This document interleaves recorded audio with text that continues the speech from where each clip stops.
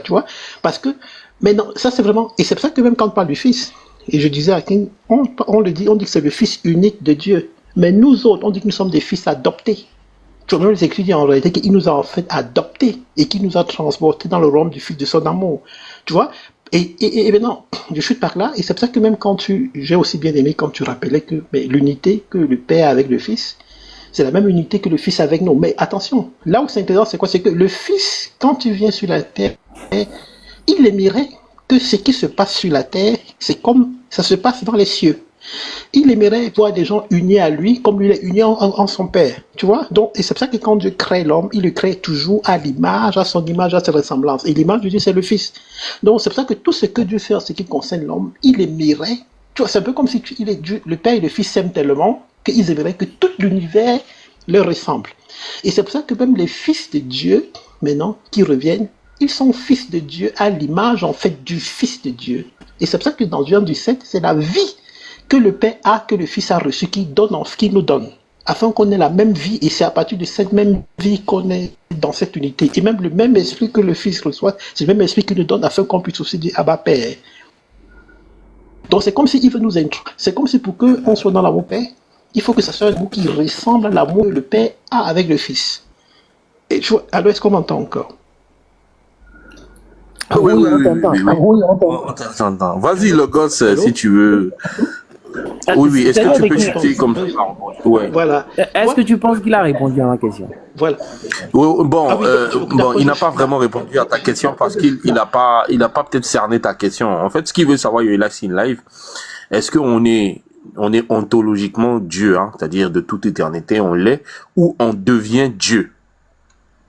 Est-ce qu'on peut devenir Dieu ou on l'est toujours? Nous les hommes, au Logos, tu parles de nous les hommes ou bien tu parles du Fils unique? Non, peu importe, en fait, tout ce qui est Dieu là, celui qui est Dieu là, est-ce qu'il peut le devenir ou il a toujours été? Ah non, on est ontologiquement. Non, on a toujours été. On ne peut pas être Dieu sans l'avoir toujours été. C'est pas possible. D'accord. Maintenant, en regardant l'entité que représente le Fils, est-ce que tu as un attribut ou bien quelque chose que le Fils possède et qu'il a toujours possédé de toute éternité? En parlant de la vie, des pouvoirs qu'il a, des choses qu'il peut faire et qu'on sort, est-ce qu'il a toujours eu ces choses ou bien il a acquis au fil du temps?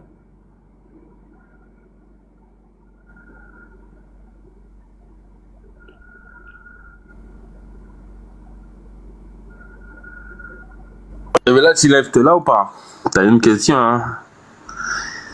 Il y a une question ici. Bon, peut-être qu'il a reçu un appel. Ah, d'accord. En attendant, Rodi, peut-être que tu as quelque chose à ajouter le temps qu'il revienne.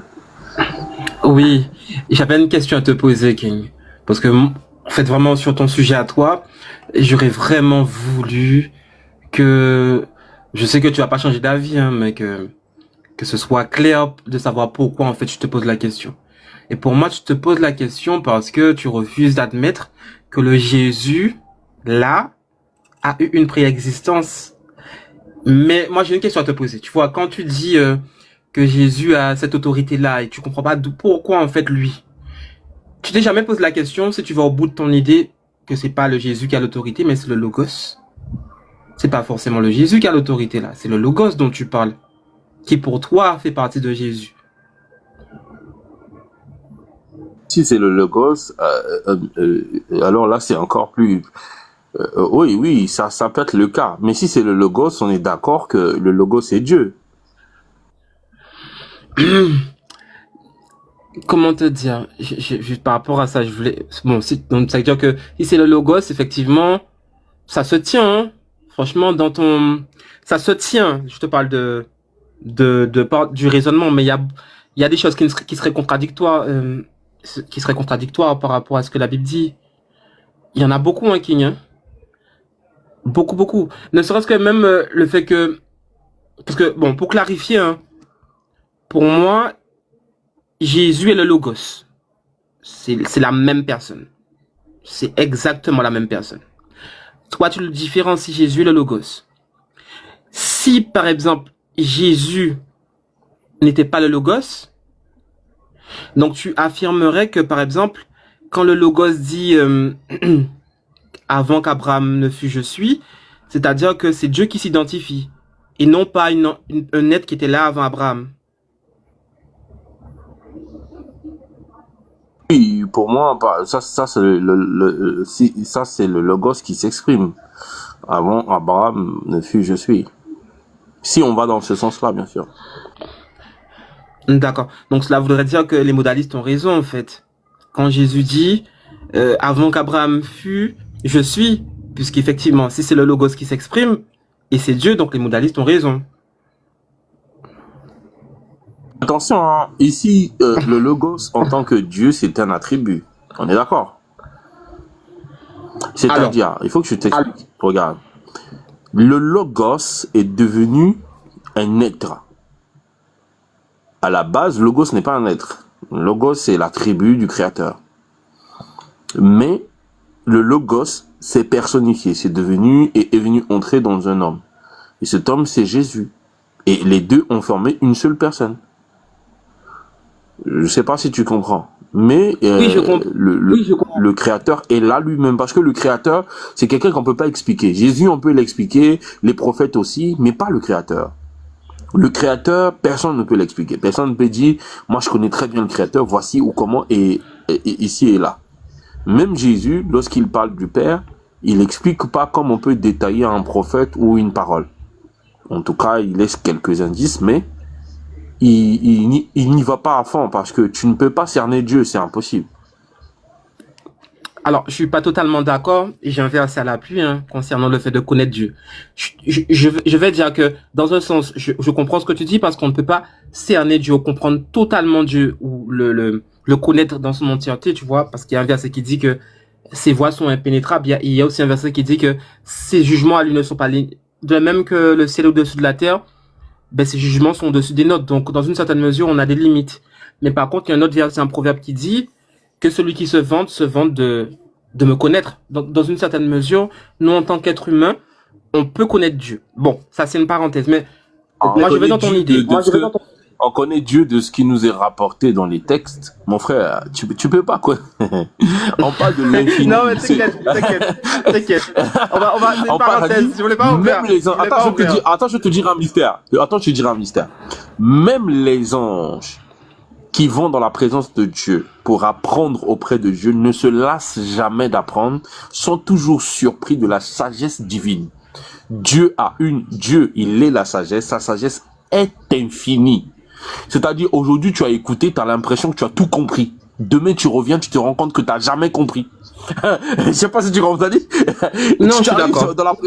Voilà, donc non, Dieu, personne ne peut le cerner. Il n'y a que lui et lui seul. Même quand la mère de Jean demande à ce que ses enfants soient à gauche et à droite de Jésus, j'ai dit non, et attention, ça là, ce sont des choses ça revient à l'autorité du Père. Il n'y a que lui qui décide qui sera à droite, qui sera à gauche. Dieu, faut jamais avoir la prétention de mieux le connaître. Tout ce qu'on sait de Dieu, ce sont les informations qui sont apportées dans les écrits. Mais Dieu est plus grand que ça. C'est pourquoi Dieu, là, il faut l'expérimenter. Malheureusement, la religion empêche à l'homme spirituel de se mouvoir. La religion est un cadre donné qui limite en fait l'homme spirituel de s'exprimer exactement. C'est-à-dire, ça crée des conditions, ça limite l'action, le champ d'action de l'être spirituel. Tu vois? Sinon, Dieu s'expérimente. Tu peux ne pas connaître tous les versets bibliques. Tu peux avoir lu 2 ou 3 versets, mais avoir une expérience surnaturelle avec Dieu extraordinaire, qui surpasse un théologien. Donc Dieu, et c'est là où je veux chuter par là, c'est là où je plains les pères de l'Église. Parce que les pères de l'Église, avant eux, les apôtres ou les disciples de Jésus-Christ vivaient l'expérience du divin. Chacun avait une expérience extraordinaire. Mais quand les pères sont arrivés, ils ont amené la philosophie dans la parole. Ce n'est plus une démonstration de la puissance de Dieu, c'est maintenant une démonstration de l'intellect. Ce que nous vivons jusqu'à aujourd'hui, même dans nos débats, nous faisons la démonstration de l'intellect, de ce que nous comprenons des Écritures. Sinon, Dieu est au-delà de tout ce que nous pouvons nommer sur terre. Voilà. Oui, je suis d'accord avec tout ce que tu as dit. Je suis d'accord avec tout ce que tu as dit. Et c'est pour ça aussi que j'ai dit que dans une certaine mesure, on peut connaître Dieu dans ce qu'on lit dans les écrits, mais aussi par, comme tu l'as dit, hein, j'ai bien aimé ce que tu as dit. Quand on expérimente Dieu, moi je dirais plus qu'on a une relation avec Dieu de par la proximité qu'on a avec lui lorsqu'on le prie, lorsqu'on le voit agir dans nos vies.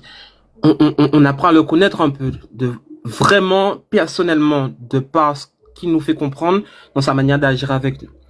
Bon, ça c'est la parenthèse. Et ouais, effectivement, tu as vraiment tout dit à ce niveau. Et je voulais te dire autre chose, bon, pour revenir sur le sujet. Tu m'as dit que le Logos est un être qui est devenu, en fait, en quelque sorte, est devenu un avec Jésus. Mais sauf que la dernière fois, je me rappelle, dans la même discussion qu'on avait eue, tu m'as aussi fait comprendre que lorsque Jésus est mort, ce même être est parti. Donc, il n'est pas resté en Jésus. Donc là, moi, ce que j'aimerais comprendre, c'est à quel moment il est revenu finalement, s'il il est revenu. Ou est-ce qu'il était réellement parti aussi? À la résurrection. À la résurrection, c'est lui qui ramène, il revient dans Jésus. Jésus revient à la vie, non? Oui, il revient à la vie. Le Logos ne peut pas mourir. Il ne peut pas mourir. Impossible. D'accord. Donc du coup, quand Jésus, avant de mourir, il est parti, et à la résurrection, il est revenu. Mais du coup, là, il reste tout le temps en Jésus, ou il repart encore? Ou là, il fait vraiment partie entièrement de Jésus? Non, mais Jésus définitivement, il est devenu un avec. C'est fini. On va plus les dissocier. On va pas. Jésus, il est un avec. C'est fini. C'est comme ça. Il est revenu à la vie et il fait un avec. C'est pourquoi je pense que dans un autre texte, on dit qu'il porte le nom de la parole de Dieu. Et désormais, c'est lui qui porte l'attribut de la parole de Dieu. C'est comme la guérison, il y a aussi un être qui porte l'attribut de la guérison de Dieu. Voilà. D'accord. Non, moi je te pose des questions, c'est vraiment pour comprendre ta pensée, hein, pour vraiment... Non, t'inquiète pas. Ok, d'accord.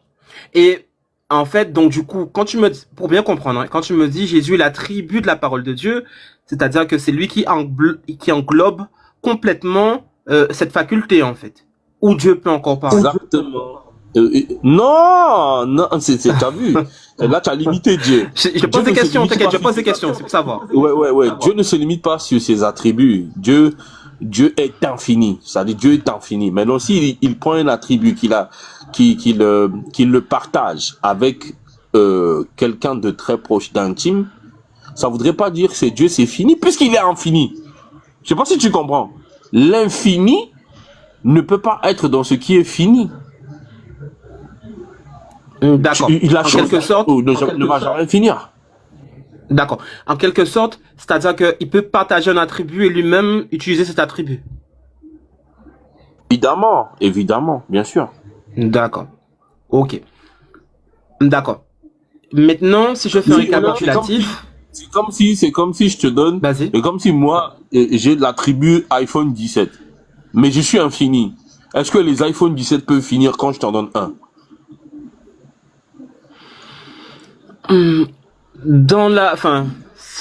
T'es l'attribut iPhone 17. Est-ce que les iPhone 17 sont finis quand... Puisque je suis infini. Je suis infini. Oui, non. Quand je t'en donne, non. Je peux en produire un autre. Oui, tu peux en produire un autre. C'est comme si tu me fais, c'est une photocopie, en fait. Avec la même, les mêmes fonctionnalités. D'accord. Voilà, t'as tout compris. Voilà. D'accord. Donc, en résumé, le Logos est l'attribut de Dieu qui a été dupliqué, a été amené en Jésus.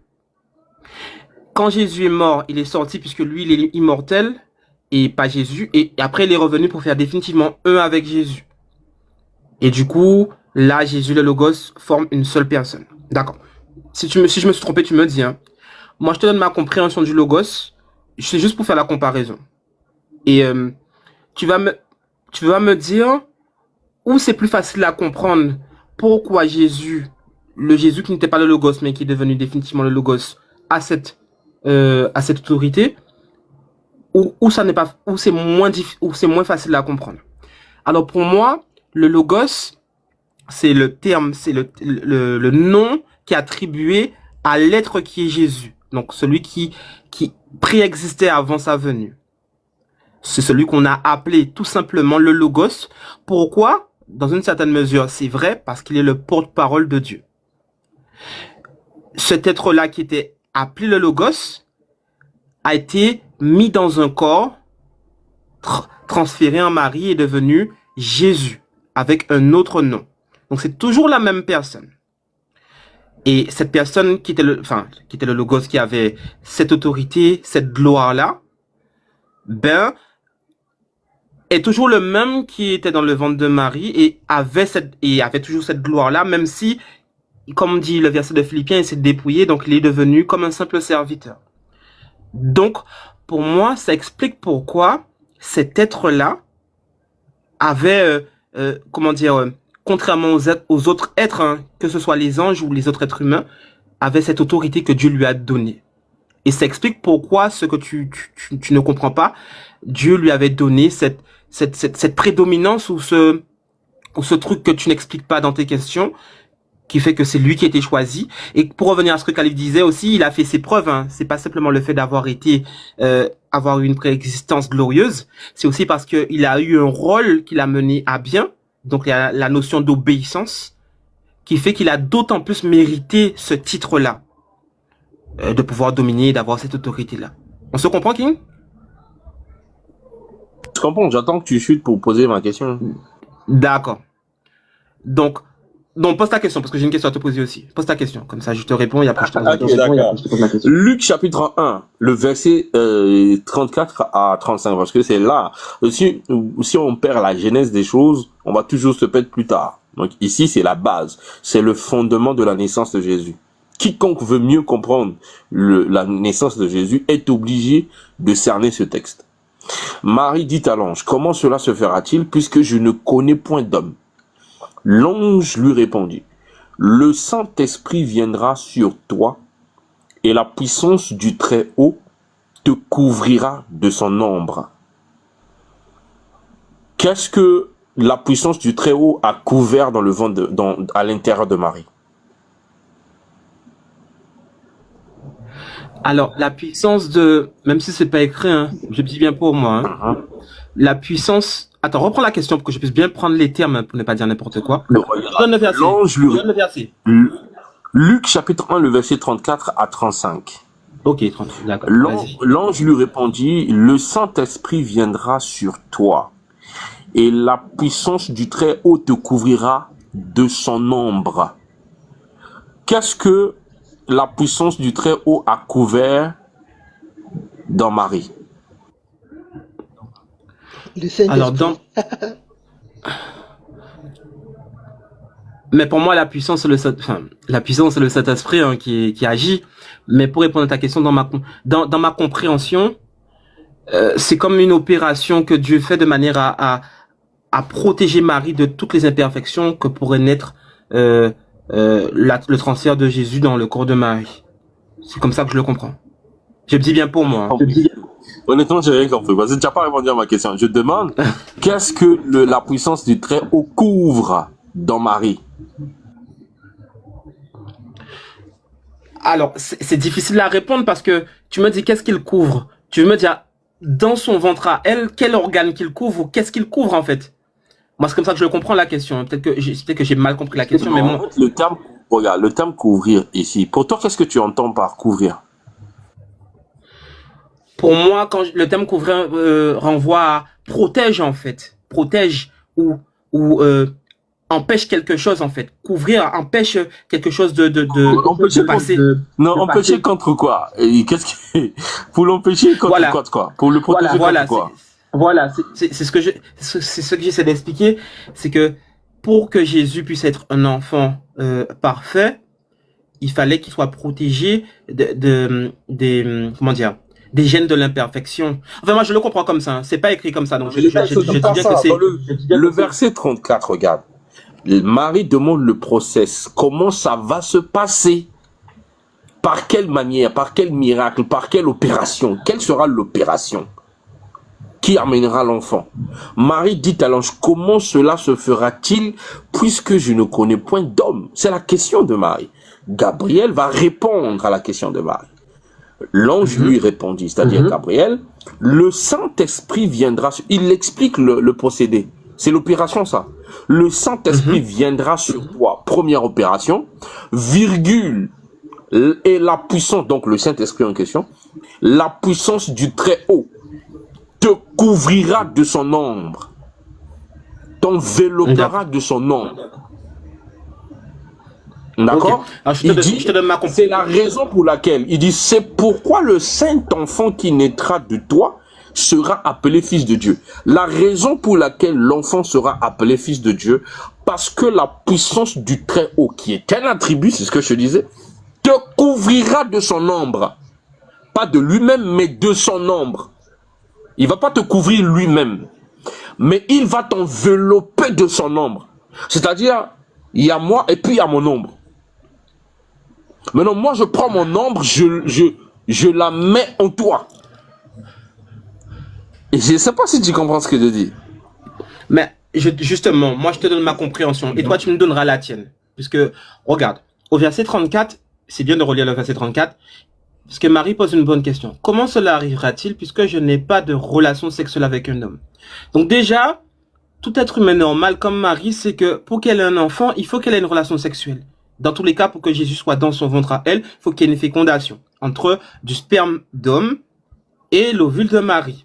L'ange lui dit, l'Esprit Saint viendra sur toi. Donc, on peut comprendre que pour moi, l'Esprit Saint, c'est une force. Donc, pour moi, la force de Dieu vient sur Marie et de la puissance du Très-Haut te couvrira de son ombre. C'est-à-dire que en elle, il y a quelque chose qui va protéger le fait que les effets de l'imperfection dus à la fécondation entre un homme et une femme, puisque le péché se transmet directement lorsque un enfant naît, dès la naissance, la puissance de Dieu va protéger le fait que lorsque Jésus sera transmis directement dans le ventre de Marie, empêchera l'imperfection d'entrer. Moi, c'est comme ça que je le comprends. Donc, du coup, l'enfant sera appelé saint parce qu'il n'y a rien qui fera que l'imperfection ou les conséquences de l'imperfection puissent entrer dans cet enfant-là. Ça. Donc, c'est pour ça qu'il sera appelé saint dès la naissance. C'est qu'il n'y a rien qui justifiera que cet enfant-là, lorsqu'il sera dans le ventre de Marie, aura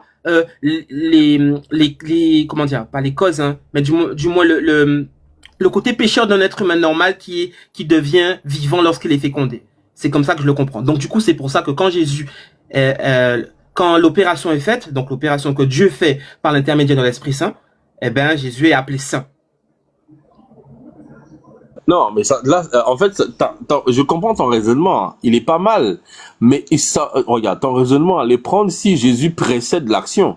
Donc, il y a Jésus qui vient, et puis, le Saint-Esprit vient couvrir, assainir l'endroit. C'est pas ce que l'ange dit. C'est pas la question de Marie. Marie ne demande pas comment l'enfant sera protégé. Et elle demande comment j'aurai un enfant. C'est différent. Elle demande pas quelle sera la protection de l'enfant. Comme si elle l'a déjà, et puis bon, le Saint-Esprit vient couvrir. Non. Ici, l'ange est en train de lui expliquer l'opération qui va se passer. L'opération, là, le Saint-Esprit vient chez toi, après quoi, il t'enveloppe, parce que couvrir, c'est envelopper. Il va t'envelopper de son ombre. Et c'est pourquoi, le fait qu'il va t'envelopper de son ombre, c'est la raison pour laquelle l'enfant qui va naître là, sera appelé fils de Dieu. Je sais pas si tu es en train de capter. C'est parce que l'enfant en question est venu de l'ombre de la puissance du Très-Haut. C'est pourquoi il est écrit, l'enfant qu'elle a enfanté vient du Saint-Esprit. L'enfant vient directement du Saint-Esprit. Tu vois? Je comprends ton raisonnement. L'Esprit Saint, l'Esprit Saint, je comprends maintenant pourquoi tu une petite motion, s'il vous plaît. Ok, je laisse une petite motion, s'il vous plaît. Mais Seigneur King, tu vois, c'est comme si tu reviens à la question que tu posais tout à l'heure sur le Fils de Dieu, ce qui fait sa particularité. Parce que là, quand tu viens en disant qu'en fait, dès sa naissance, c'est l'ombre en fait du Très-Haut. Tu vois, donc, tu sais que l'ombre, c'est quelque chose aussi de très personnel. C'est comme l'ADN, tu vois. On dit l'ombre, c'est comme une empreinte, tu vois. Donc, je veux dire, en fait, j'essaie juste d'ajouter aussi à l'échange précédent, tu vois, donc il est très spécial, le Fils de Dieu. Donc, tu vois, il a beaucoup de choses du Père aussi. Donc, je voulais juste ajouter cet élément aussi pour compléter, tu vois. Donc, bien évidemment, c'est pourquoi l'auteur de Hébreux, je pense, est informé. Je vous dis, si vous voulez comprendre le Christ, vous êtes obligé d'analyser la naissance de Jésus. Parce que l'ange l'explique, en fait. L'ange a expliqué le procédé de la naissance de Jésus. Et l'auteur de Hébreux dit quoi? Il est l'empreinte de sa personne. Il est l'image du Dieu invisible. Or, une image, c'est une ombre aussi. C'est-à-dire, mon ombre, c'est mon image. Exactement. Ouais. Une empreinte. L'empreinte de sa personne. Voilà, de ma personne. Donc, à la naissance de Jésus, là, l'ange Gabriel explique le procédé. Le Saint-Esprit viendra sur toi et la puissance du Très-Haut te couvrira de son ombre, t'enveloppera de son ombre. C'est pas l'ombre de quelqu'un d'autre. L'ombre là est devenue un être humain. Maintenant, c'est la raison pour laquelle il sera appelé Fils de Dieu. Pourquoi? Parce qu'il vient directement du Saint-Esprit. Comment? Il est l'image visible du Dieu invisible. C'est comme ça que je comprends, Rodi. Vas-y, je t'écoute. Non, mais je comprends. Mais je comprends pourquoi tu... Là, tu es en danger. Attends, je te laisse. C'est qui là, tu es en train de prendre un autre. Je te laisse parler. C'est chaud. Attends, il faut la signe. Je te laisse parler tout de suite. C'est juste pour dire à King quelque chose. Tu vois, dit comme ça, par rapport au fait que je sais que pour toi, le Saint-Esprit, c'est un être, si je me trompe pas. Il faudrait que je te pose une question dessus. Je comprends ton raisonnement, mais même si je ne le partage pas, parce que pour moi c'est pas les deux comment au verset 34 ou verset 35, l'Esprit Saint et la puissance, même si dans la phrase on dit et de la puissance, mais il y a aussi l'Esprit Saint qui est dit avant. Pour moi c'est la même chose en fait. Mais je comprends ton raisonnement par rapport à cela, mais je ne le partage pas. Vas-y, Valentin, tu laisses parler. Mais à quel moment j'ai dit que c'était pas la même chose? À quel moment j'ai dit ça? J'aimerais comprendre un point. C'est intéressant ce que tu essaies d'exprimer. Ah oui, vas-y. Vas-y, termine. Voilà, je disais que c'est très intéressant ce que le King est en train d'exprimer. Tu vois, parce que c'est vrai que je n'avais pas vu les choses comme ça. Parce qu'effectivement, l'ombre, c'est une image, puisque l'ombre, c'est une projection de soi. Or, ici, on dit que le Christ, enfin, je n'avais pas en fait vu le lien entre l'image du Dieu invisible et l'ombre au niveau de sa naissance. Effectivement, lors de sa naissance, c'est l'ombre du Très-Haut en réalité qui a pris un corps, qui a formé en fait un corps, et c'est pour ça que le saint enfant a été appelé Fils du Très-Haut. Donc le Fils du Très-Haut en réalité, c'est son image, donc l'expression de sa gloire. Et en cela, on peut dire que le Fils est presque le Père. Et c'est pour ça que je dis que King, là, tu es en train de prendre une piste pleine d'aventures. Tu vois, et je pense qu'on peut dire qu'il est presque le Père. Je veux dire, s'il n'est pas le Père, il est presque le Père. Donc, en fait, cette formulation m'est venue à l'instant, et honnêtement, ça me fait un peu sourire. C'est dingue, en fait, King. Ce qui se passe là, dans ce panel, c'est chaud. Oui, vas-y. Vas-y, Logo. Lodi va me tuer. Vas-y, Logo, vas-y. Voilà, bon, ce que j'aimerais comprendre, dans le message de l'ange, il dit, je relis la partie 1, le verset 30, il dit, l'ange dit, ne crains point Marie, car tu as trouvé grâce devant Dieu, et voici tu deviendras enceinte, et tu enfanteras un fils, et tu lui donneras le nom de Jésus. Il sera grand, il sera appelé Fils du Très-Haut. Bla bla bla, Marie dit à l'ange, comment cela se fera-t-il, puisque je ne connais pas point d'homme? L'ange répondit, le Saint-Esprit viendra sur toi et la puissance du Très-Haut te couvrira de son ombre.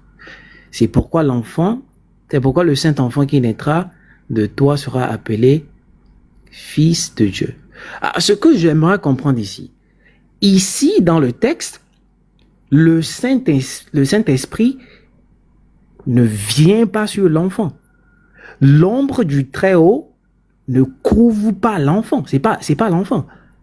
C'est Marie. Si on doit dire que comment on dit, le Saint-Esprit ou bien l'ombre là était sur quelqu'un, c'était pas sur l'enfant, c'était sur Marie.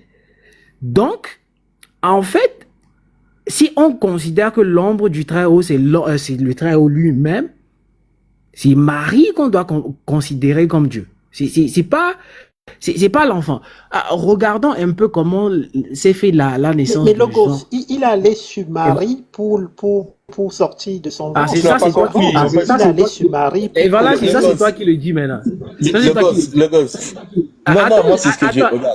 Attends, j'ai terminé avec ça. Mais tu dis pas. En fait, tu dis pas ce que nous on a dit. Tu dis pas ce que nous on a dit. Non, vas-y. Ou non, vas-y, termine. Je dis, tu ne dis pas. D'accord. Alors, regardons un peu la naissance de Jean. Hein. C'est toujours dans le même chapitre. Verset 12, Zacharie fut troublé en le voyant et la frayeur s'empara de lui quand il a vu l'ange. Mais l'ange lui dit, ne crains point Zacharie, car ta prière a été exaucée. Ta femme t'enfantera un fils et tu lui donneras le nom de Jean. Il sera pour toi un sujet de joie et d'allégresse, et plusieurs se réjouiront de sa naissance, car il sera grand devant le Seigneur. Il ne boira ni vin, ni liqueur enivrante, et il sera rempli de l'Esprit Saint dès le sein de sa mère. Donc, en fait, Jean là, c'est lui qui était rempli du Saint-Esprit. Jésus, dans sa conception, lui, c'était pas lui qui était rempli du Saint-Esprit, c'est pas lui qui était couvert par le Saint-Esprit, l'ombre du Très-Haut, mais plutôt Marie, sa mère, qui était couverte. Je sais pas si vous voyez un peu la différence. Donc, ce que moi j'ai compris de l'explication de Seigneur des Kings, je pense que pour lui, l'ombre du Très-Haut, bien le Saint-Esprit qui est venu sur Marie, là, ça c'est le Logos. C'est ça, non, Seigneur des Kings? Voilà, Calife. Voilà, c'est là où je voulais en venir. Je laisse répondre. Donc, si c'est ça, le Logos n'est pas venu sur Jésus. Le Logos est venu sur Marie.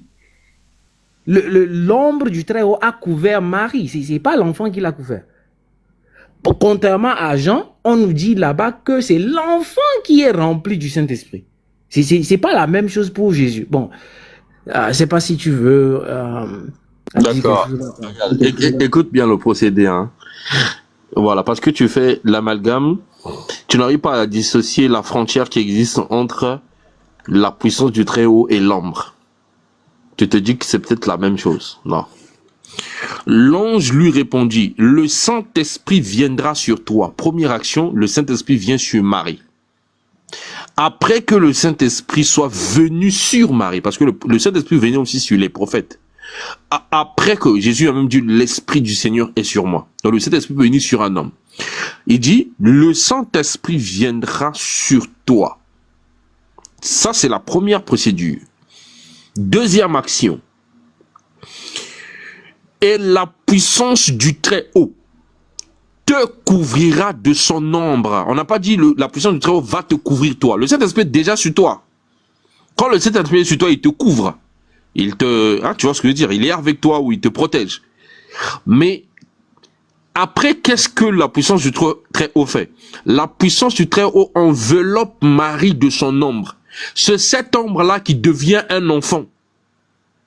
L'ombre là, l'ombre de la puissance du Très-Haut est devenue un être humain dans le ventre de Marie. C'est pourquoi le saint enfant qui naîtra de toi sera appelé fils du Très-Haut. Quelle est la raison pour laquelle il est appelé fils du Très-Haut? C'est parce que il est l'ombre de la puissance du Très-Haut.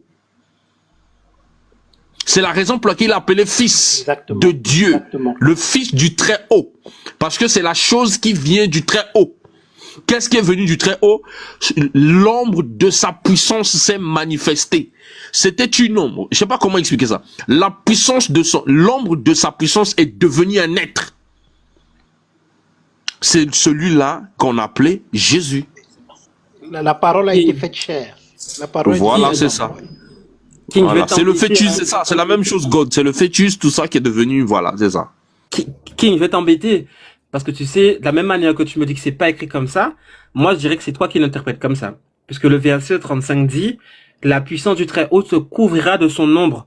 Si on le prend littéralement comme c'est écrit, Marie a été couverte de l'ombre en fait. Le verset ne dit pas que l'ombre devient l'enfant, tu vois. Ça c'est toi qui l'interprètes comme ça, tu vois. De la même manière que moi j'interprète l'ombre comme étant l'action de couvrir là, l'action de couvrir, c'est pas la protection. Quand on dit, regarde, quand il dit couvrir, c'est comme j'étais couvert de mon onction, j'étais oint de quelque chose, j'étais enveloppé, c'est l'enveloppe, j'étais enveloppé de mon ombre.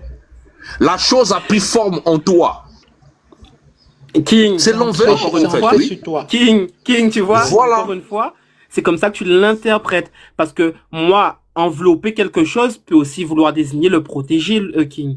Il n'y a pas une seule définition d'envelopper quelque chose. Il y a plusieurs utilités à envelopper. Là où ça ne marche pas dans ton explication, c'est que Marie ne demande pas une protection.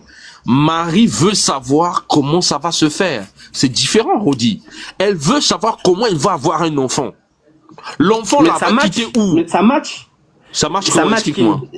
Où est l'enfant alors dans le texte? Où est l'enfant dans le texte? Regarde, je vais t'expliquer. Ce que tu dis, c'est vrai. Marie demande vraiment comment ça va se passer parce que pour Marie, elle a une seule idée en tête dans sa pensée humaine, c'est qu'il faut qu'elle puisse s'accoupler, tu vois. Mais Gabriel va plus loin en fait. Gabriel lui dit exactement comment ça se passer, mais il va encore plus loin en expliquant quelque chose que peut-être Marie n'a pas demandé, tu vois. Parce que dans l'explication de Gabriel, on comprend bien qu'il y a beaucoup plus que le fait de savoir comment elle sera enceinte en fait.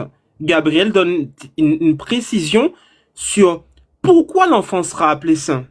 Il y a le fait qu'elle sera enceinte, par quel moyen, mais il y a aussi le fait qu'il dit c'est pourquoi l'enfant qui naîtra sera appelé saint. Et c'est pour ça qu'il explique le procédé. Et de la même manière que toi, tu peux interpréter le fait que l'ombre, c'est quelque chose enveloppé, donc un être, parce que pour toi tu estimes que c'est l'être là qui a été mis dans son ventre. De la même manière que pour moi, je peux aussi comprendre que l'ombre qui couvre Marie, c'est pour la protéger de quelque chose, ou protéger l'enfant de quelque chose. Tu vois? Le truc c'est quoi? Regarde, la partie où ça ne matche pas, c'est que tu n'es pas en train de me montrer où est l'enfant dans le texte. C'est qui l'enfant dans le texte? Où est l'enfant? Oui, l'enfant doit être protégé, mais il est où? Celui qui doit être protégé doit exister. Où est l'enfant qui doit être protégé par le Saint-Esprit? D'accord, mais moi je peux te poser la même question. À quel moment on désigne l'enfant étant l'ombre dans le texte? Tu pourras pas me le dire non plus. Voilà, parce que Marie demande... non, regarde... Oui, vas-y. Rodi, la question que tu dois te poser, c'est que pourquoi cet enfant est appelé le Fils du Très-Haut? Parce que c'est ça la clé, en fait, tu vois. Pourquoi on l'appelle le Fils du Très-Haut? Surtout que les femmes stériles dans l'Ancien Testament, souvent, c'est parce que l'Esprit Saint avait intervenu pour qu'elles aient des enfants, tu vois. Donc, comme King a dit, ce n'est pas en fait la présence du Saint-Esprit en soi qui explique tout. Mais la question, pourquoi on appelle cet enfant Fils du Très-Haut? Pourquoi? Qu'est-ce qui s'est passé de spécial pour qu'on appelle ça Fils du Très-Haut? Maintenant, attention, je chute par là. Maintenant, n'oublie pas que tu dois faire le lien avec le fait qu'il est écrit que le Fils de Dieu est l'image du Dieu invisible. Et c'est là où l'explication de King donne un sens, parce que l'ombre, c'est une projection, c'est l'image. Tu vois? C'est l'image, tu vois? Donc pourquoi on l'appelle le Fils du Très-Haut? Mais Jésus n'est pas l'ombre, Jésus est la lumière.